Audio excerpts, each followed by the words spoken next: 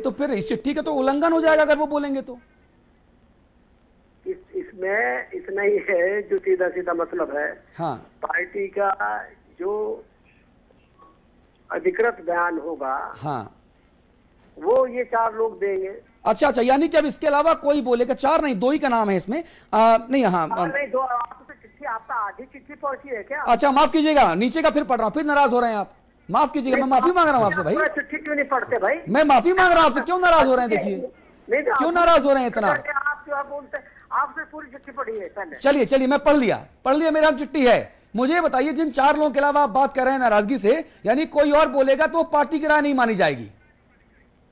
संगठन के मामले में जो जिम्मेदारी दी गई है वो ये है। अच्छा, वो पार्टी के नेता हैं। अच्छा, और सरकार के मामले में मुख्यमंत्री जी हैं। अच्छा, आजम खान साहब, शिवपाल साहब कुछ बोलेंगे तो वही माना जाएगा ना? वो वरिष्ठ नेता है, पार्टी के वरिष्ठ मंत्री है। नहीं, उसको महत्व दिया, कार्यकर्ता महत्व दे ना, ये लोग भी बोले तो क्या हो जाएगा? कार्यकर्ता महत्व देना इन लोगों की बातों का, चूंकि चिट्ठी में लिखा इन लोगों का नाम ही नहीं है।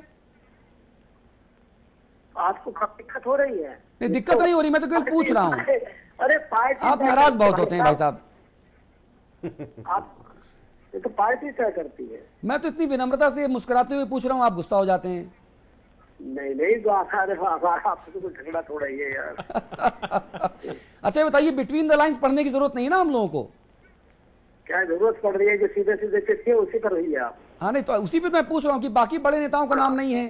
नहीं, उतना ही समझने को ज्यादा क्यों समझना चाहते हो आप? जितना उसमें है उतना ही बहुत है। अब आप नाराज हो जाते हैं, बताइए मैं क्या सवाल पूछूं आपसे। अब अमिताभ जी कुछ बात करेंगे आप? नहीं, चौधरी जी किनको जो कहना था उन्होंने कह दिया, उससे ज्यादा वो आज नहीं कहेंगे कुछ। चलिए, राजेंद्र चौधरी जी बहुत बहुत शुक्रिया आपका, बहुत बहुत धन्यवाद। उम्मीद करते हैं कि रोज हमारी आपसे बातचीत होगी, रोज मुलाकात होगी, बहुत पार्टी आपकी अच्छे से चले, सरकार विकासोन्मुख हो, सरकार प्रदेश का विकास करे, नौजवान मुख्यमंत्री, उनको भी शुभकामनाएं। लेकिन चाचाओं का जो चक्कर है, चाचाओं का जो चक्रव्यूह अमर सिंह कहते हैं, उस चक्कर से कैसे निकला जाए अमिताभ जी, ये अपने आप में एक बहुत बड़ा चक्कर है, घन चक्कर है ये। देखिए, ये मुश्किल यहां पर है कि पार्टी में इकबाल है मुलायम सिंह जी का। हाँ। और इकबाल के बिना चीजें चलती नहीं, ये एक थंब रूल है। इस बात को राजेंद्र चौधरी जी भी जानते हैं और बाकी लोग भी जानते हैं। अब मुलायम सिंह जी ने अपने को मुख्य कार्यकारी भूमिका से विड्रॉ कर लिया इस बार। हाँ। ना पार्टी में और ना सरकार में। तो जब जिस व्यक्ति का इकलौता इकबाल था पूरे कुनबे में, वो व्यक्ति ड्राइविंग सीट से हट के बैक सीट पर आके आराम करने लगा। हाँ। तो उसने देखा कि गाड़ी तो कहीं दाएं भाग रही है, कहीं बाएं भाग रही है, रेड लाइट जंप कर रही है, कहीं पेड़ से टकरा रही है और कहीं खंबे से टकरा रही है। अमिताभ जी बीच में भी देखना होगा कि रास्ते में क्या कुछ लोग ऐसे भी हैं क्या जो कीली भी डाल रहे हैं? हाँ, नहीं, उसमें बहुत सारी पंचर हो जाए, गाड़ी का संतुलन बार बार इसीलिए गड़बड़ा रहा था। हाँ। तो उन परिस्थितियों में मुलायम सिंह जी के लिए ये मैंडेटरी हो गया था, ये बाध्यकारी हो गया था कि वो फिर ड्राइविंग सीट पर आए। ड्राइविंग सीट का मेरा मतलब ये नहीं कि वो उत्तर प्रदेश के मुख्यमंत्री बनेंगे, नहीं, वो इस बात के लिए सुनिश्चित करें कि सरकार और पार्टी दोनों अनुशासन के दायरे में चले। पिछले 4 महीने में, जैसे हमारे दोस्त सुभाष जी कह रहे थे, इतना घल्लू घारा हो गया, इतना ज्यादा विवाद पैदा हो गया, छवि का संकट पैदा हुआ। तो उन सब परिस्थितियों में जो एक गार्जियन की भूमिका है मुलायम सिंह जी के हाथ में, उसमें उनको सक्रिय होना पड़ा। और आज उनको ये बोलना पड़ा कि भाई सबसे पहले तो सब लोग बोलना बंद करो। लेकिन अब इसमें मुश्किल क्या है कि शाहिद सिद्दीकी का अभी परसों इंटरव्यू छपा नई दुनिया में नरेंद्र मोदी का, और आज लग गया सब पर बैन। तो मुश्किल एक नहीं, मुश्किल 1000 है। अब अगला सवाल ये होगा जिसका उत्तर राजन जी नहीं देंगे, स्वाभाविक नहीं देंगे, रामगोपाल जी से पूछेंगे तो वो भी नहीं देंगे। लेकिन अगला सवाल ये है कि जिन लोगों को मुद्दतों से, दशकों से बोलने की आदत है या बीमारी है, जो आदत है, वो तमाम लोग एकाएक अपना कद छोटा कैसे मान लेंगे?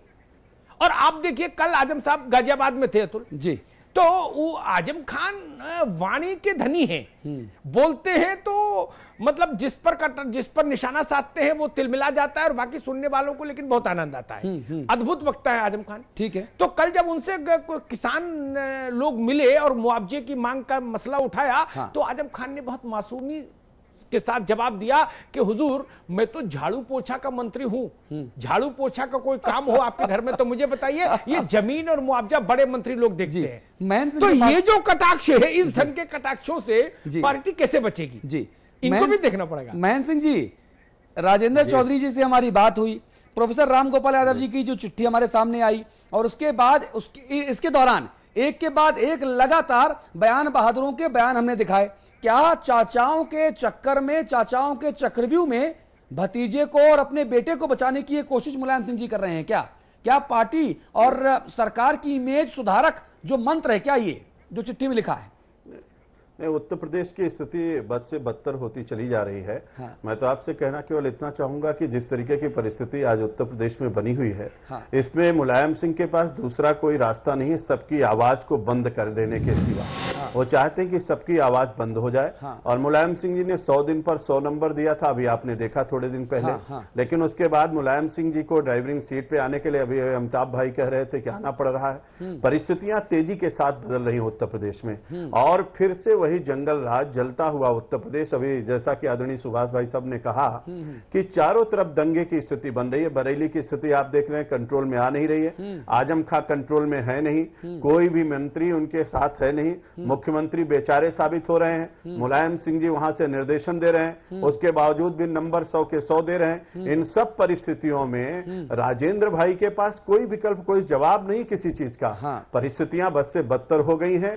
सरकार पूरी तरीके से फेल हो गई है। हाँ। हर मोर्चे पर विफल है। कहीं से आप नहीं कह सकते, चाहे बेरोजगारी भत्ता देने की बात हो, चाहे उनको बेरोजगारों को रोजगार देने की बात हो, चाहे टी परीक्षा की बात हो, चाहे आजम खां को बताइए जितने निर्णय लेते हैं उसके बाद निर्णय को वापस लेते हैं। पहले आप मेरठ से हटाते हैं और 24 घंटे के अंदर मेरठ को बहाल करते हैं। एक बात मैं और भी कहूं, 1 मिनट, इस सरकार में एक और भी अद्भुत बात है। जैसे प्रतापगढ़, बलिया, रामपुर, ये स्वायत्त शासित क्षेत्र हो गए। ये पार्टी और सरकार सबसे अलग हो गए। ये वहां के जो मंत्री सरकार में लोग हैं, चाहे अंबिका जी हो, चाहे रघुराज प्रताप हो, चाहे आजम साहब हो, हाँ। तो फिर ये वहां के सरकार यही है। हाँ। इनके जिले की जो नगर पालिका की सीमा है, भौगोलिक सीमा है, म्युनिसिपैलिटी बाउंड्री जिसको बोलते हैं, उसमें यही जो कुछ है यही सरकार है। और ये हर विभाग के मालिक हैं उस इलाके में। सुभाष जी, मुझे समझाइए, टीम में 11 खिलाड़ी होते हैं और 12वां जो खिलाड़ी वो बाहर बैठता है, लेकिन यहां तो ये लग रहा है कि जो 12वां खिलाड़ी बाहर बैठा है वो बाहर से कप्तानी कर रहा है।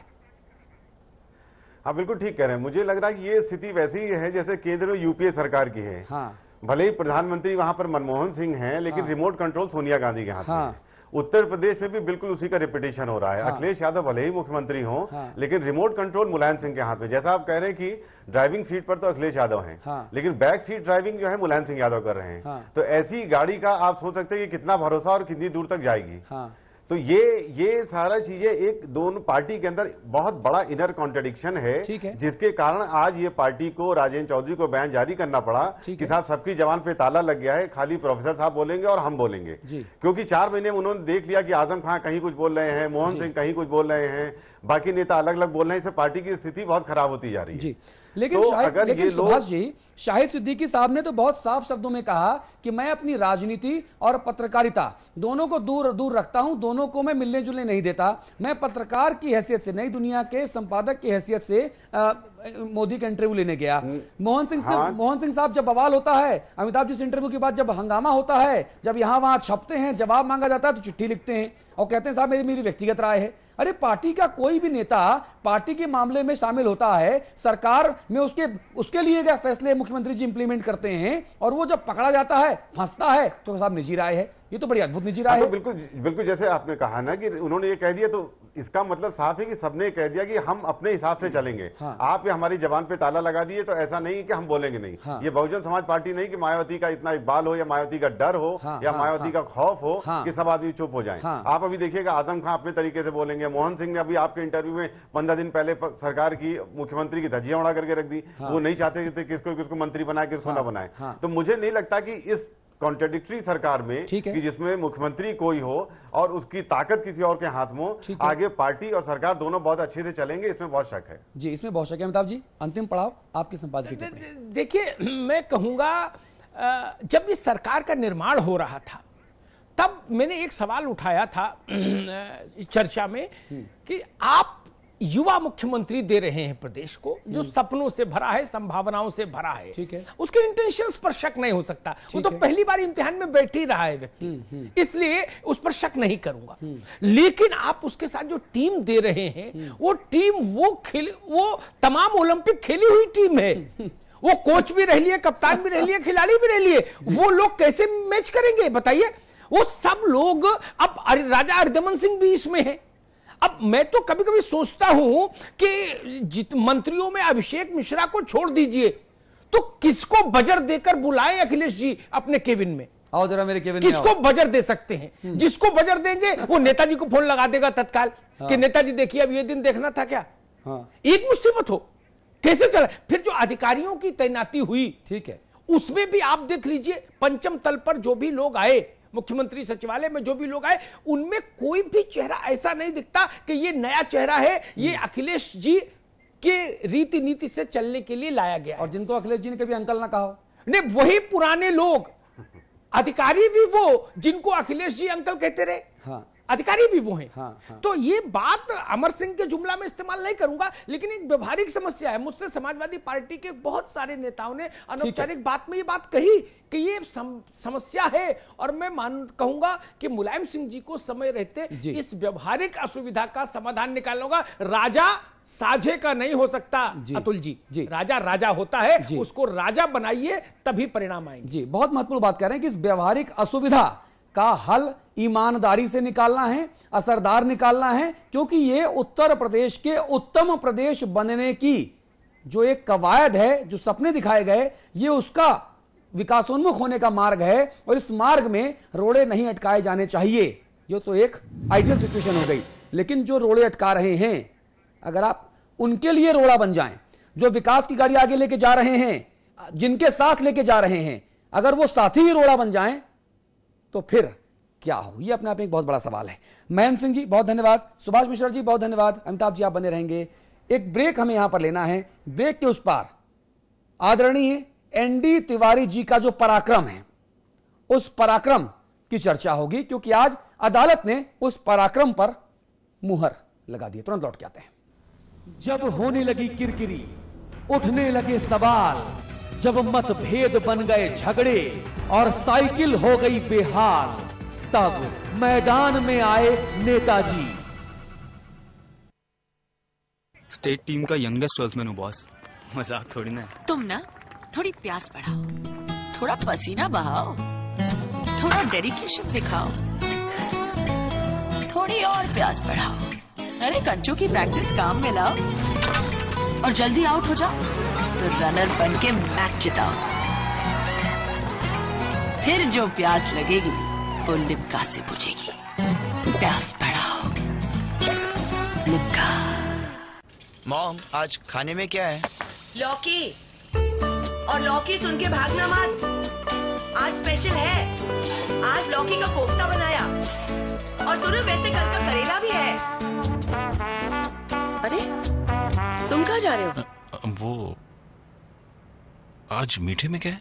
करेले की करेला स्पेशल बना, दिखाता ही नहीं। खाने के बाद मीठे में कुछ मीठा हो जाए।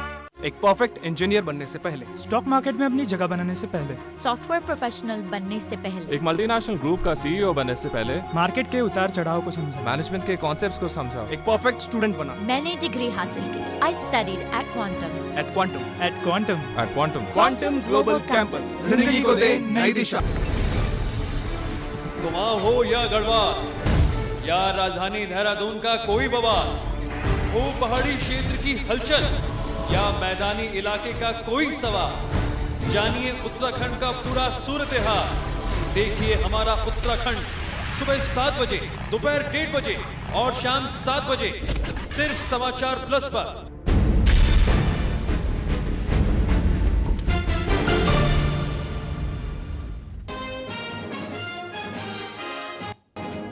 नारायण दत्त तिवारी जी ही हैं रोहित शेखर तिवारी के पिता। डीएनए रिपोर्ट से हुआ बड़ा खुलासा। दिल्ली हाई कोर्ट ने रोहित शेखर के दावों पर लगाई मुहर। दिल्ली हाईकोर्ट के बड़े फैसले पर एनडी तिवारी ने दी प्रतिक्रिया। कहा, मेरे खिलाफ हुई बड़ी साजिश, डीएनए रिपोर्ट का सार्वजनिक किया जाना मेरी प्राइवेसी का हनन है। समाजवादी पार्टी में फिर सिर फटौल। रामगोपाल यादव ने प्रेस विज्ञप्ति जारी कर सिर्फ 4 नेताओं को बयान